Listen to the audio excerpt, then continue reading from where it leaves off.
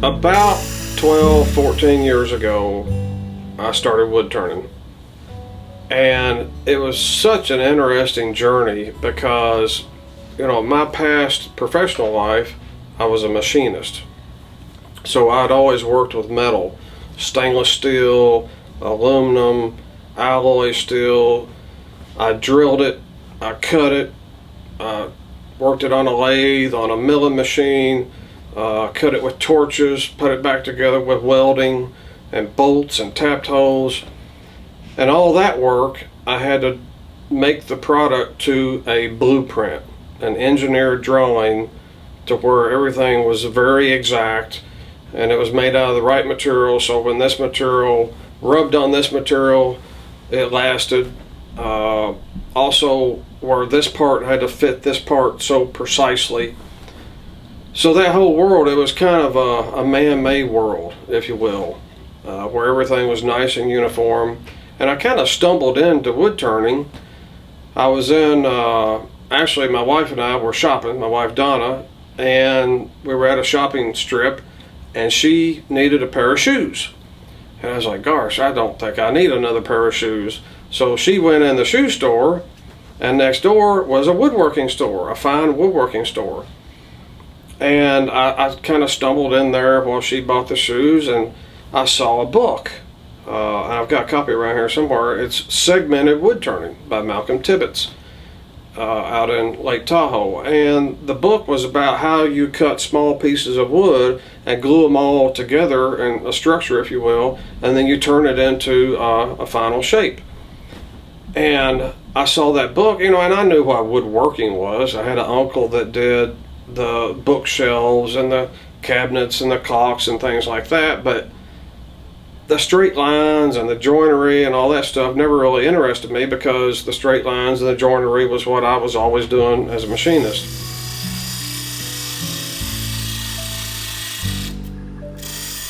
So I never really got into woodworking, but when I saw this book on wood turning, it was a whole nother world that it was so complex that I thought, man, this is something that I could make it a simple project or as a complex a project as I wanted, big, small, a few pieces or a lot of pieces. So I bought the book, brought it home, and I read through the whole thing. And in the book, he didn't really do just natural bowls out of a piece of firewood, if you will. He did all that complicated stuff. So I kind of backed up a little bit, knowing that was a little bit big a jump for me to just dive into segmented wood turning. Mm-hmm. But I knew that it was a hobby that it would grow with me because I could start with a simple bowl and go to the ultimate complexity if I chose. Yeah. So it's where with regular woodworking, I couldn't see where I would make a bigger bookshelf. I just didn't see where. And plus with woodworking, my uncle, he had a shop that had 30 pieces of equipment in it. I didn't have room for that.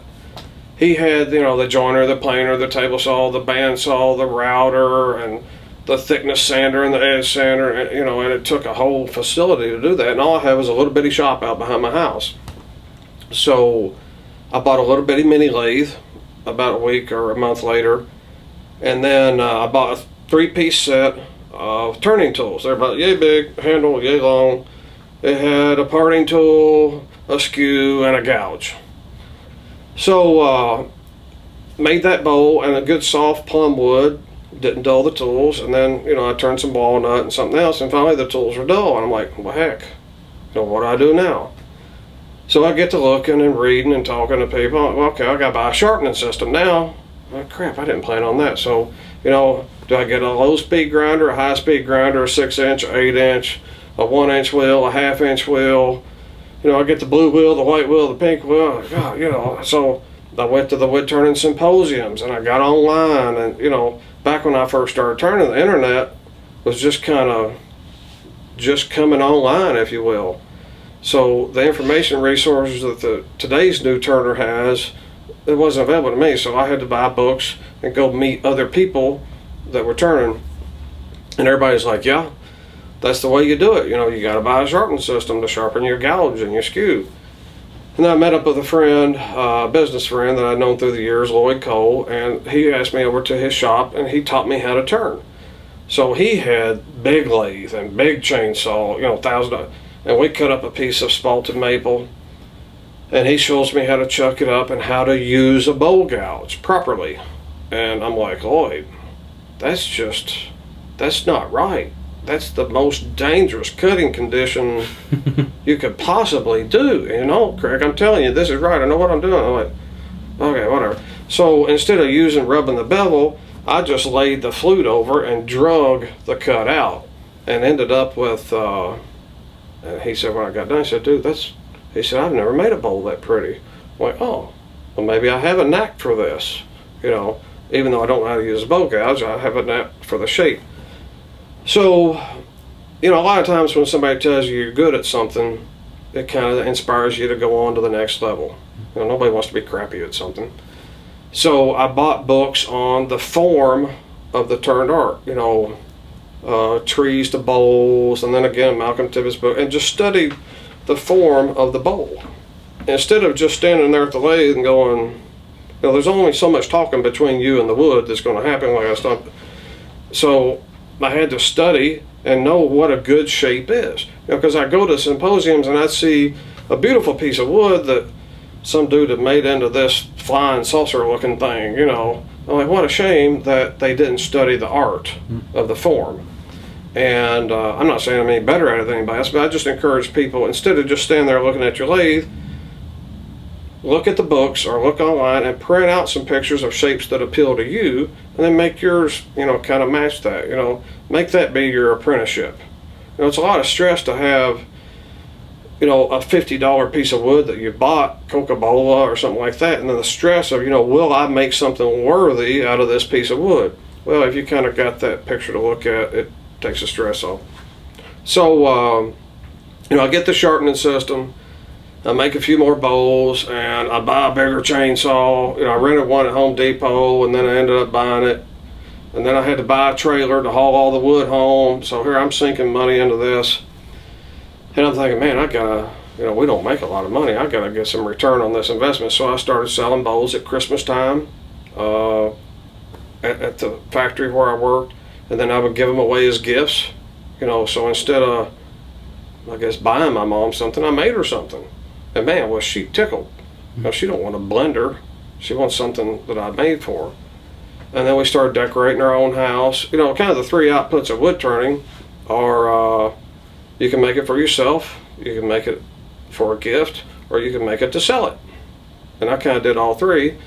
But the goal for me was to sell enough of my turned art that I supported my hobby. At least break even. So I started selling bowls, and as I started selling bowls, I'm like, man, I've got to get more productive. So I bought a bigger lathe. I bought bigger bowl gouges.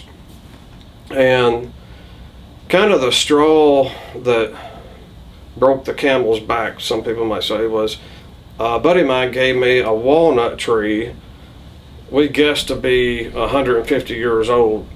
And so I slabbed it up into blanks, and I had to buy a bigger bandsaw to cut the bigger blanks to go on the bigger lathe with the bigger tools. And that old walnut tree, I could cut no more than 3 inches with a bowl gouge before I had to sharpen. So I bought 2 more bowl gouges. I cut 3 inches, lay it down, 3 inches, lay it down, and then I go sharpen all 3. I'm like, this is crazy. Okay, so invention. There's nothing new under the sun, Pat. There's only new combinations of things. The pencil and the eraser, the string and the shoe. Shoes used to button up. Some guy sewed them together, so now you got shoelaces. Putting the eraser on the end of the pencil instead of having it loose. So, I was a master machinist. I taught 7 years at the community college. I taught machine tool technology, had my degree, so I knew how to cut things. And whenever you cut things productively and easily, you have replaceable edges. And you might as well make those cutting edges out of something that lasts a long time. Okay? So I thought, well, let's apply carbide insert technology to wood turning. And I looked around, there was a company doing carbide insert wood turning tools, but I didn't feel like they did a great job at it. The tools were not stable. They were very difficult to use, and everybody I talked to says, well, you know, the edge lasts longer, but it's even more difficult to use than a bolt gouge. So to me, that only got halfway there. Mm-hmm. It was an improvement. It wasn't a solution, you know. So I wanted to develop a solution. So I played around with existing metalworking carbide inserts, and joiner and planer inserts were coming into play back then, and finally ended up designing my own type of carbide. You know, when you look at Easy Wood Tool products, they all look simple enough, but that's because we've taken the complexity out of it. You know, we put the burden of the complexity on ourselves, not on the customer. Mm-hmm. You know, the complexity went into the engineering and the design and the manufacturing. So when you buy an Easy Wood Tool product, you've just got the simplicity left. You just go make your bolt.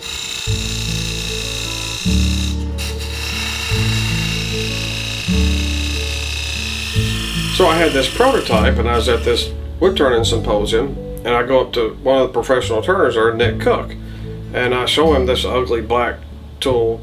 And Nick, you know, you don't know me, I don't know you, but you look like an unbelievable wood turner. You know, would you try out my new prototype? And he looked and he said, wow, I don't. I said, man, I'll give you $125 if you just try this thing out and tell me what you think, because I need feedback. And he's like, you don't owe me nothing, give me that. And he tried it out. And I told him, I said, the reason I developed this tool is because I had some walnut, and I could only cut about 3 inches. And when I developed this tool, I made 2 bowls with 1 cutting edge. You know, so I filled up a pickup truck with 1 edge, and it just, you know, one-handed, and, you know, it just cut like, oh my gosh. So he tried it out. He only made like 2 cuts with it. He handed it back to me and said, dude, you got to get that on the market. I'm like, oh, okay, cool. I'll get that on. Hold on, how do I do that? You know, I'm just a machinist, basically. You know, I'm not a product designer and manufacturing and sales and distribution and marketing and hire employees and all that stuff. You know, I've done bits and pieces of that throughout my career, but never like this. So he says, well, let me hook you up with a place and that sells wood turning products, and we'll see what they think. So I send that place some sample tools, and in the beginning all I had was the full-size Easy Rougher. That was my first tool. And I sent it to them, and I didn't know anything about how to protect my ideas or how to deal with big companies like this. So I engraved down the side of it Craig Jackson and then my phone number, my home phone number, because back then we didn't have cell phones, you know, just 8 years ago. So all down the whole side of it, and they tried them out, and they called me back, and I don't know, and then we kept talking for a few weeks, and they said, well, we're not interested. I said, what? Nick Cook said you would be. But yeah, so I was like, okay, well, I got to sell this. You know, nobody's going to just buy your stuff. You've got to tell them the event. So they said, well, we don't think it replaces bolt gouges and skews and all that. I said, hang on, I didn't say it replaced them. I said, you know, this is another tool that at least helps your new customers, you know, get into wood turning, not have to fight the hassle, the grind and the gouge and the bevel. And they said, okay, we'll try them out. And I said, well, okay, well, how many should I make for the first order? And they told me. I was like, oh, wow. Okay, well, I got to get to making them. You know, I've got these 3, and now I've got to make a bunch of them. So we borrowed some money from ourselves, and we made the first production batch. And we were just talking this morning. I couldn't remember how we packaged them up, but best we recall, we just rolled them up in brown paper, folded the ends, and taped them, kind of like a cigar or a gift or fish and chips, like you said. You know, we didn't know. We don't know how to package stuff, and we didn't know what label ought to be on there. So we put very sharp, don't cut yourself, or not liable, or something crazy. You know, so we sent them, and next thing we know, 2 weeks later, they're ordering more. And so, you know, we just built on that. And I think the second month we paid ourselves back that total investment. You know, so we built the company just slowly and steadily, and kept debt to a minimum. But, you know, that product's so good. We didn't even have handles back then. We sold just an unhandled tool, and the customer had to make their own handle or buy their own handle. So using the tools and using modular handles on them, I didn't like that, because anytime you use a modular handle, just the set screws, it's not a good joint between the tool and the handle. So we wanted a solid joint, so we made a wood handle, and wanted the, I didn't like the handles that were out there, because a lot of your cuts in wood turning are push cuts, and there was nothing for you to anchor your hand against. And I talked to the older guys, like I said earlier, that were turning, and they said, yeah, man, my hands are killing me. So I developed a handle where you've got a push point, where you got something to anchor your hand to. You can do big cuts back here, medium cuts, and then maybe your fine cuts up here. And then another thing that bothered me is when all my turning tools were laying on the lathe or the bench there, I'd have to pick them up and look at the end. So we color coded the handles. The yellow is the diamond shaped cutter, the red is the round, and the orange is a square. So lots of little things like that, just to make it easier for me. And if it's easier for me, it's easier for everyone.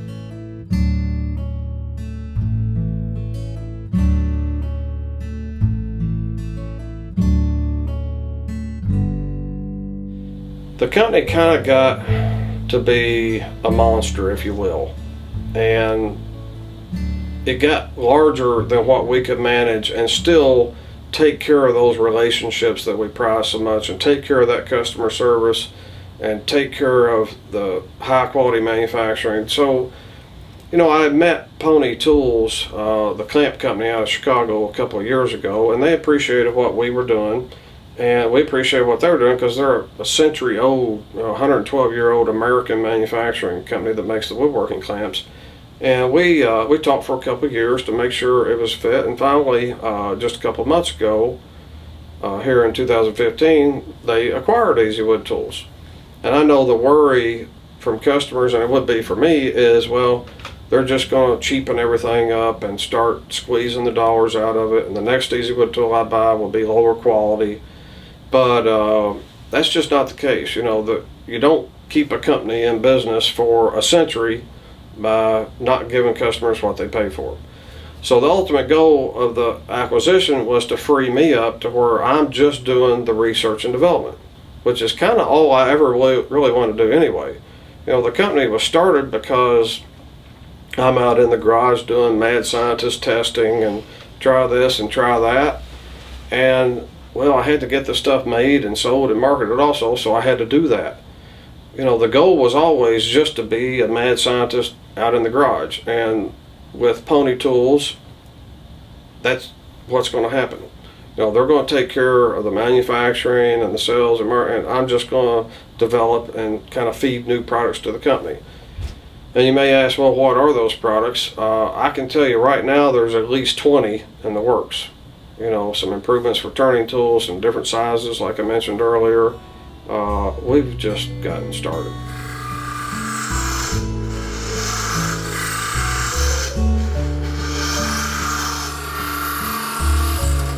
So everyone's like, how do you start a business? And the thing I always say is you start small. If you look at Ford Motor Company or Apple or General Electric, Microsoft, they were all started out of a garage. And, the American garage has built more industries than any other, I guess, business model known to man. It so happens, I'm not comparing what we've done to Apple or Microsoft or anything, but we started in our garage. I didn't have a 20,000 foot facility and 20 employees to start making stuff. So, we used local machine shops in the beginning, and we had stuff made, and they didn't package it or put it together. So at home, we've got two sons, Sam and Noah, and at the time they were 8 and 10 years old, and we put them to work. When they get done playing in the evenings, get done with their homework, or on weekends, we'd sit in front of the TV, and the replacement cutter, somebody's got to bag and tag thousands of these. So Samuel, he would drop the screw in.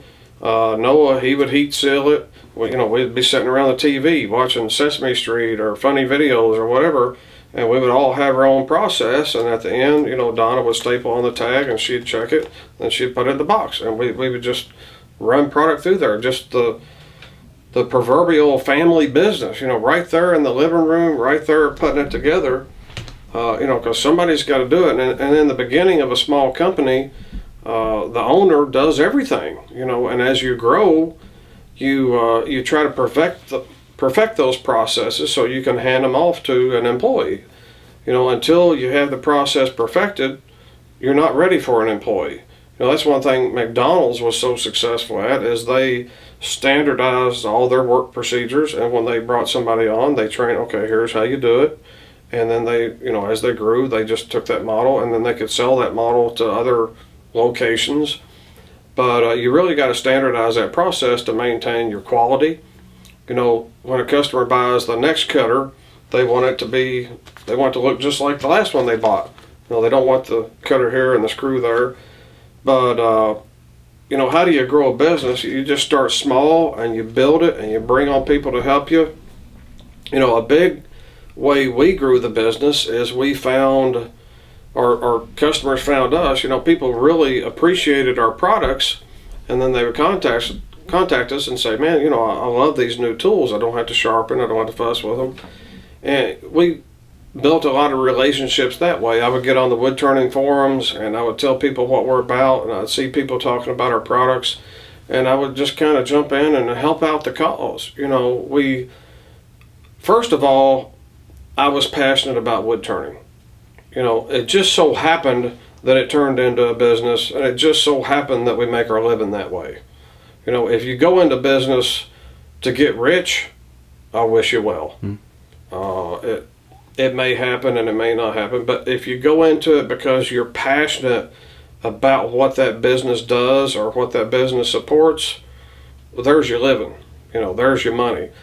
And the people we've met through the years, and the people we've helped, and the people that have helped us, it's so humbling. That first conversation with Nick Cook, and then the relationship we've kept through the years, where he tells people who we really are. Because on the internet, people just get to see such a limited window of who you are and what you stand for, and they expect us, now that we're a larger business, to be like a larger business, but we're not. I'm still here every day. I answer the phone, I talk to customers, I check on quality. We're still doing it like we used to do it, and we actually care about the customer. I don't know of another company that has an unconditional money back, and there's no fine print or if this or if that. It's like, you bargained when you gave me your money for a product that does what it says, and if it doesn't, we'll buy it back. But we don't buy any tools back because everybody loves them, But we put all that effort ahead of time, knowing that it's the right product and people are going to love it. So, the other part there is, I see a lot of companies start up trying to do a cheap product and get a bunch of them sold at any cost and try to make their money quick. Well, you might make some quick money, but your business will be quick to go out of business also. My approach always was, when I sell somebody something, it's not about that sale, it's about the next sale. Okay? Whether I make money on that, I want to build a relationship with them. And we've done that with our customers, and customers believe in that, and they want it. Everybody wants something they can believe in. Something that makes the world a better place. And we've tried to do that just one tool at a time. As humble as or as bold as it sounds. So we want, when that person opens up that product, we want them to have a good experience from the time they pop the cap off, they pull it out, they read the instructions, they go to the lathe. I've had countless customers email me after a show. When you had a big show, people buy stuff and they get home and I shouldn't have bought that. But 10 times out of 10, the emails I get on Monday morning is, man, that product, it actually worked as good for me as it does for you. And that's just really cool.